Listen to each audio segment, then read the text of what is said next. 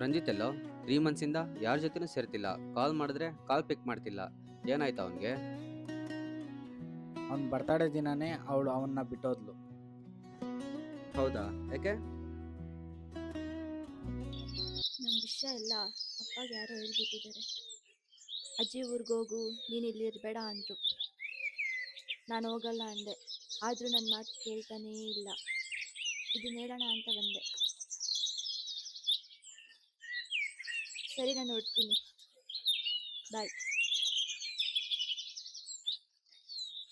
ಯಾಕೋ, ಏನಾಯ್ತು?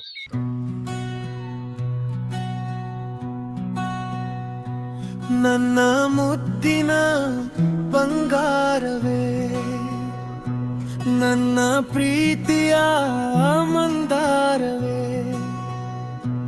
ಮನಸಾರೆ ಬೇಡುವೆ, ಮನಸಾರೆ ಕೇಳುವೆನೆ. ನನ್ನ ಕನಸಲ್ಲಿ ನೀ ಬರುವೆ, ನನ್ನ ತಲೆಯ ಕೆಡಿಸುವೆ.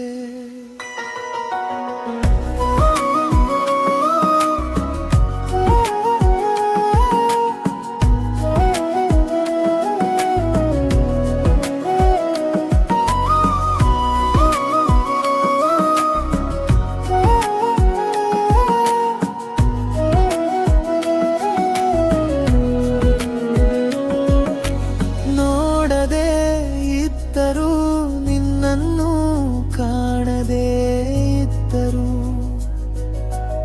ಎಲ್ಲಿ ಇದ್ದರು ನಿನ್ನನ್ನು ಕಾಣುವೆ ಮನಸ್ಸಲಿ. ನೀ ದೂರ ಆದರೆ ಉಸಿರೇ ಹಾಡದು,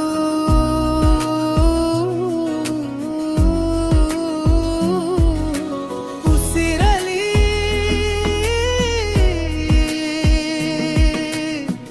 ಉಸಿರಾಗಿ ಕಾಯುವೆ ನಿನ್ನನು, ಉಸಿರಲಿ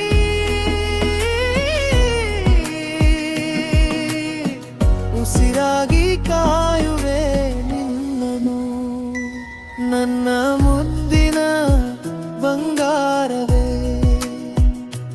ನನ್ನ ಪ್ರೀತಿಯ ಮಂದಾರವೇ, ಮನಸಾರೆ ಬೇಡುವೆ, ಮನಸಾರೆ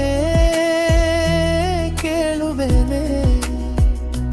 ನನ್ನ ಕನಸಲ್ಲಿ ನೀ ಬರುವೆ, ನನ್ನ ತಲೆಯ ಕೆಡಿಸುವೆ. ಕೀರ್ತಿ, ನಿಮ್ಮ ಅಪ್ಪಗೆ ನಮ್ಮ ವಿಷಯ ಎಲ್ಲ ಗೊತ್ತಾಗಿ ನೀನು ಇಲ್ಲಿ ಇರಬೇಡ, ಊರಿಗೆ ಹೊರಟೋಗು ಅಂದರೆ ನನ್ನ ಬಿಟ್ಟೋಗ್ತೀಯಾ? ಚಾನ್ಸೇ ಇಲ್ಲ. ಹಠ ಮಾಡಿ ನೀನೇ ಬೇಕು ಅಂತ ನಿನ್ನ ಹತ್ರ ಬಂದುಬಿಡ್ತೀನಿ.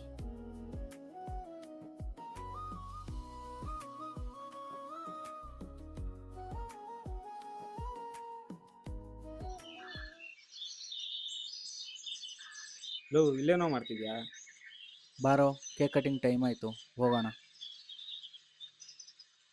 ಯಾಕೆ ಅವಳು ನಿನ್ನ ಮರ್ತಿಲ್ವೇನೋ ನೀನು? ಇವತ್ತಿಗೆ ಅವಳು ಹೋಗಿ 1 ವರ್ಷ ಆಯ್ತು ಕಣೋ. ಬಿಟ್ಬಿಡು, ಮತ್ತೆ ಬರಲ್ಲ ಅವಳು.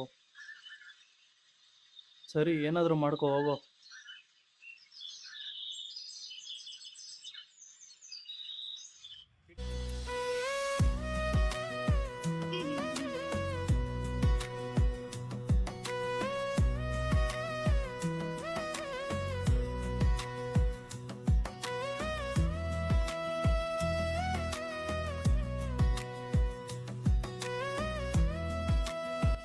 ಬರಲ್ಲ ಅಂದ್ಕೊಂಡಿದ್ದೆ.